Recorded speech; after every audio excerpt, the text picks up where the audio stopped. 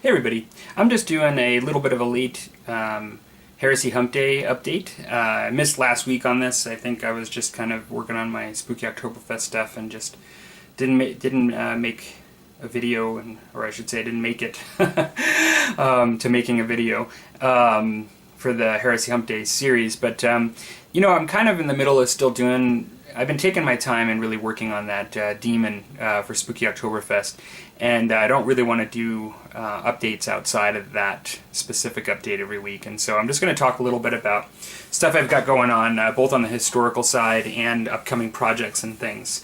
On the historical side, I'm in the middle of reading the Sharp Practice rules. I really do like it so far. It's definitely some revelations on the game versus Musket and Tomahawks, and really big differences. And I am enjoying reading it, and so it's been very cool. Going to be doing some historical painting in the near future as well. I'm not to get away from the historical too quick, but I am, next after the demon doing more fantasy like goblins, and that's going to be taking me a while. That I am actually thinking that might be at least a month and a half, 2 months possibly of painting, just depending on, I don't know, because I've not painted any of the goblins yet, really just depending on how I approach painting the goblin. I'm not actually just trying to zip through it, and so it could take me some time. And I'm also going to be finishing the 40K knight that I'd sculpted that pilot for before the end of the year. And so those are kind of like my upcoming big priorities as far as painting time. But lately I have been moving. You saw I put a quick battle report up on Musket and Tomahawks. I have been moving. My friend and I that play a lot of Star Wars Armada are kind of going back and doing a bit more Musket and Tomahawks right now, and he's also interested in Sharp Practice, and so there's going to be a lot from a gaming perspective. I'm going to be doing a lot of the French Indian War stuff. For Sharp's Practice, I'm going to do French Indian War, but I'm also thinking that I'm going to be incorporating in the future potentially some American War of Independence, which really, I actually use some of the models interchangeably, but it also allows you to do more cavalry and some things that you didn't see as much in French Indian War, and so it'll be interesting. I talked at the end of the summer about an upcoming project, and even though my next thing that I'm doing is the fantasy stuff, like the goblins, like I mentioned, so you'll see a lot of painting on the channel. I had a very specific project in mind, and I'm going to mention a couple of viewers, subscribers on the channel. Actually, I changed my mind on the project I was going to do. Having said that, Robert Chisholm guessed correctly. He at the point where he kind of just guessed oh, it sounds like from what you're saying, you might be doing black powder. Maybe the rebellion, like the French Indian War, American War of Independence, like that. They have essentially an adapted set to where you can use the rules for black powder with that, and just going large scale, American War of Independence, something to that effect. He was absolutely correct.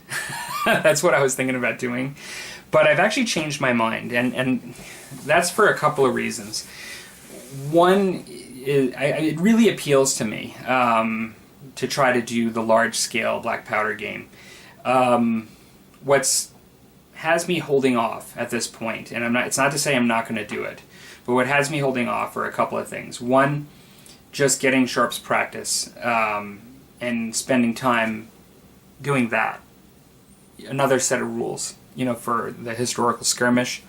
Having said that, it looks like Sharp's Practice might be scaled up a little bit higher than Musket and Tomahawks, not out of an order of magnitude, but for number of miniatures in this scale. Mike, who made a comment and is a local viewer on the channel, he already mentioned that, that, and having looked at the rules now myself, I can see that it looks as if, because it's formation based, it has a lot of formations and things, it's scaled up a little bit. And so it's a little bit approaching kind of what I wanted to get out of the black powder. But as well, I can use my current miniatures that I've got, and I'm learning this set of rules now. So it has me thinking I'm going to hold off and not do that project at this point. The other reason is just to be realistic. You guys, this video is a testament that I'm involved in a lot of things, and I knew when I was going to do that project that I was going to be looking at a year to a year and a half minimum, like to get things painted up, ready to go. And I'm just involved with so much stuff that I just don't know that I can do it at this point. Can hear people in the background saying, "You can do it." But no, honestly, I'm just being honest with myself. I don't know that I can. So, of course, I have to substitute it with another project, right? Like, I can't just, like, now that I've said I'm going to do something different, and that I'm not going to do it, I have to do something different because I can't focus. But talking about focus, the channel, I play a lot of games, and the channel, I've come to see it over time now, is that I've got a couple of core areas that I enjoy, that I constantly do, and then I have things that I just look at, and they're sort of like things I try, but I don't really commit for the long term unless I really like them, and then I'll invest in them. And no offense to folks that subscribe for the channel for these games, maybe alone, but games that are like a second tier on my priority for the channel that I like and I play and I enjoy, but they're perhaps not like of my number one tier, would be things like Bolt Action and Saga, which are games that I really like, but they're just not up there with my top tier. And to some degree, I'll even say things like Star Wars Armada, like things that I play and enjoy, but I'm not biting at the bit for new releases, and I'm not like consumed and engaged like I am with some things. And I'll actually even throw the Marvel game in there for the moment. It's sort of kind of a beta set of rules, and it's still in development, and I've invested money into the board and I'm enjoying it, but it's not probably a cornerstone of the channel and my time. The two areas that I really, for the longest time, have considered my core areas for gaming and interest in painting and for the channel are the historical skirmish and black powder era. So that could be, it's really musket and tomahawks and potentially sharps practice, just as an alternative rule set. That's really an area that's a huge focus for me for the channel and for my time. And then it's 40K, because I love the universe, and I've talked about that quite a bit. But for the new project, I've been thinking quite a bit lately and ruminating things on 40K and how to continually engage my interest in 40K, given that the game itself is probably the current standard game, the least area of interest I have at this point. Just where the current rules are and the way the game's played and how it's presented, it's just not my favorite. But I love the universe, and so I guess I love the books, and I'm really interested in painting some Forge World models, as far as like the character series, and like I have things that I want to paint for it, but as far as the gaming side, it's not my number one. Now, sorry, I'm just gonna have to cut, and I'll be right back. One moment. Sorry about that, everybody. So I had a little situation at the house that I had to step in and correct. So what you see in front of you here is essentially the Rogue Trader rulebook for Warhammer 40K. So this is the original rules that essentially represent Warhammer 40K, what people play today. And very different. I've looked through this, and this is what I started with, although it's probably one of the few things that I just can't seem to remember much about anymore, but it was so long ago, like I was like 17, and I just don't really, I remember vaguely, I remember that I had an orc army, and I remember certain things, and I remember the book and the artwork inside, but I wasn't as engaged in gaming as I am today, so I was kind of just into it, but not like totally, and I don't remember a lot of it, and so, but it still brings back a lot of memories. I really did still enjoy it, and it was my introduction to the 40K universe, and it only got, I only got more and more interested over the years, through various things, video games, whatever. But I ended up picking this up. I ended up buying an old copy, pretty good condition, softback, and I ended up starting to pick up some things. Locally, somebody actually was selling the, this is 50, actually for 40 Canadian, I ended up getting an actual complete set in the original box of the Space Orc Raiders that were released in like 1987, as well as an Orc Dreadnought. That is almost complete. And this was like for $40. It was amazing. Now, I'll have some of this stuff that I'll show, but really with this video, just kind of as my update today, I'm just going to talk just why a little bit I'm doing this. I'm actually going to have a series of videos, and it's probably going to be mostly in the new year, on my sort of exploring Rogue Trader again. But 8th edition murmurs are happening in 40k, so they're looking to update everything again. I hadn't really gotten a whole lot of use out of my 7th edition stuff.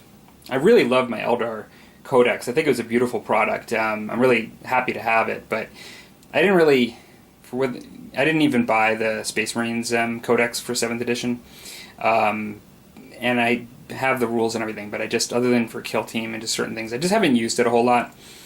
And you go through this, like, I've now been back playing 40k since 5th edition, really end of 5th edition, but I've played now 5th and 6th primarily, and then just a little bits of 7th.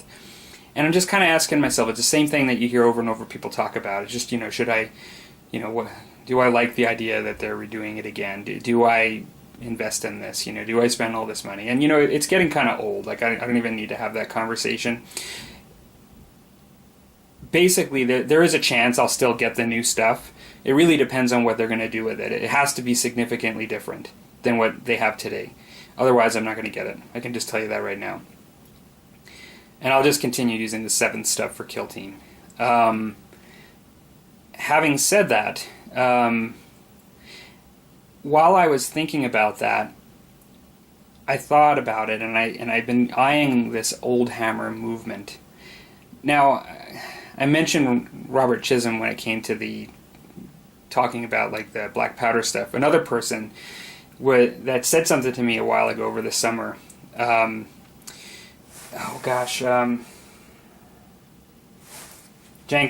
Sorry, Jankmaster. I don't know why I was drawing a blank. Jankmaster said to me on a video comment, would you ever consider doing the Old Hammer stuff? And I don't even remember what I said to him. I'm pretty sure it was like semi-positive, but not committal, or just not saying I was going to do it. But it was kind of thought-provoking because, I've been eyeing this Old Hammer movement from a distance. And the reason why, at that time I didn't know I was going to do this at all. I mean, the reason why I've went into it is, from a rules perspective, there are a lot of reasons, but from a rules perspective, I kind of decided I wanted to just maybe take a step back, with 8th edition coming. And actually, instead of looking forward, with the rules, which sounds positive, like, looking forward, but I wanted to kind of look backwards. And I wanted to just look at something that's already there. You already know what you need to play the game, what the rules are. It's contained. It's not in, like, a whole bunch of other stuff. Granted, they did release rules in White Dwarf, and there are some like compendiums, and some of them are online you can get and stuff, but it's all there though. And I wanted to look at it, and I wanted to just take a step back and just look at like sort of the beginning again.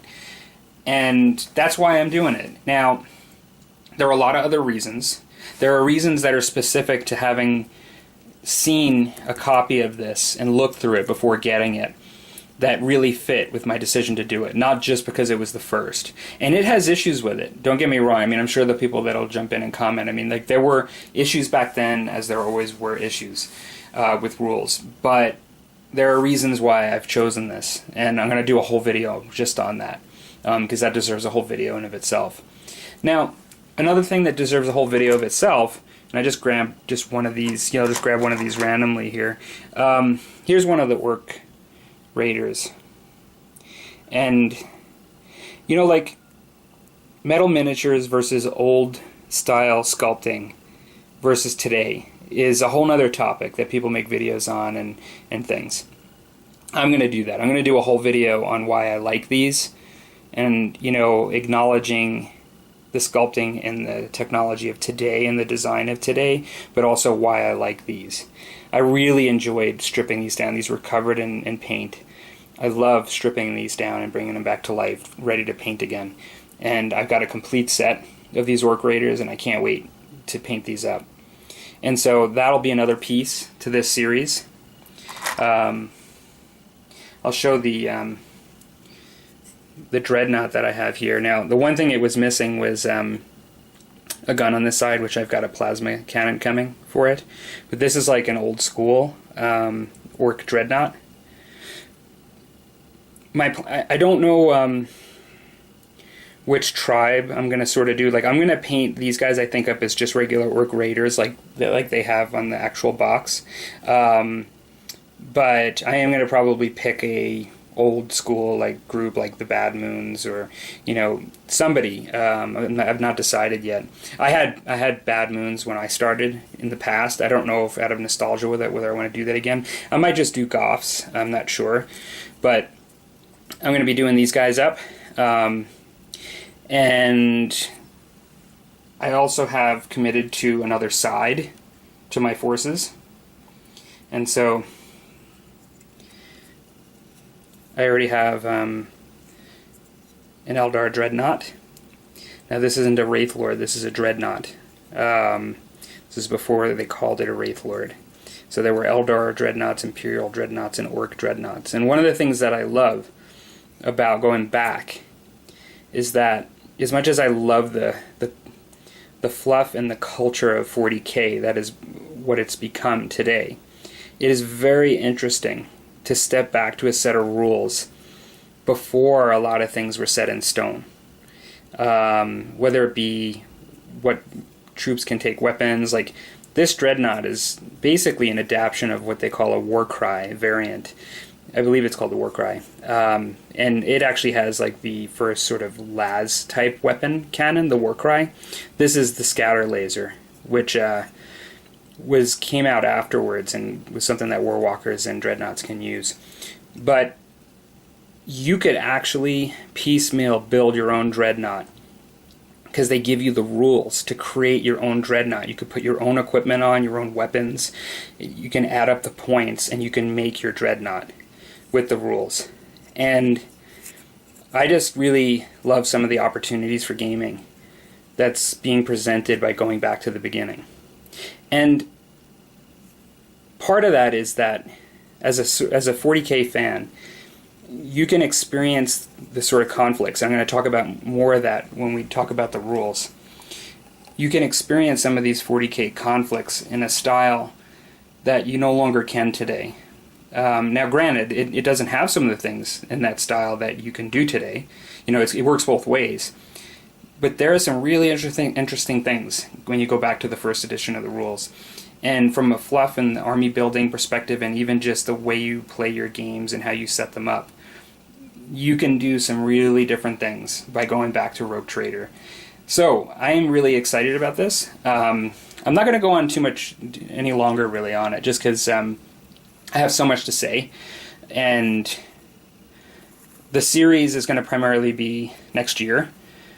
You may see some little things between now and then, but 2 months, whatever it is now, before next year is going to go really fast. And I've got a lot to do between now and then for both historical and the fantasy stuff. But that's kind of my next project, and this is how I'm still interested in like their latest 40K models, and I'm still interested in things that are coming out for 40K. I really love the plastics and the Forge World resin. Like I'm definitely still involved with all that, but I think from a gaming perspective and some of it, like I'm going to be basically focusing on Old Hammer and Warhammer Rogue Trader, the original edition, for a while, and gonna just see how that sort of feels. I was gonna do this on my own completely, just solo gaming, but a friend of mine is actually interested in it too, and so there may be some little battle reports, and they'll likely be narrative, story-driven kind of things. Very different than like a 40K game, what you would see with it. But yeah, if you guys are interested in this too, just stick around. Hope everybody's having a good week, and take care.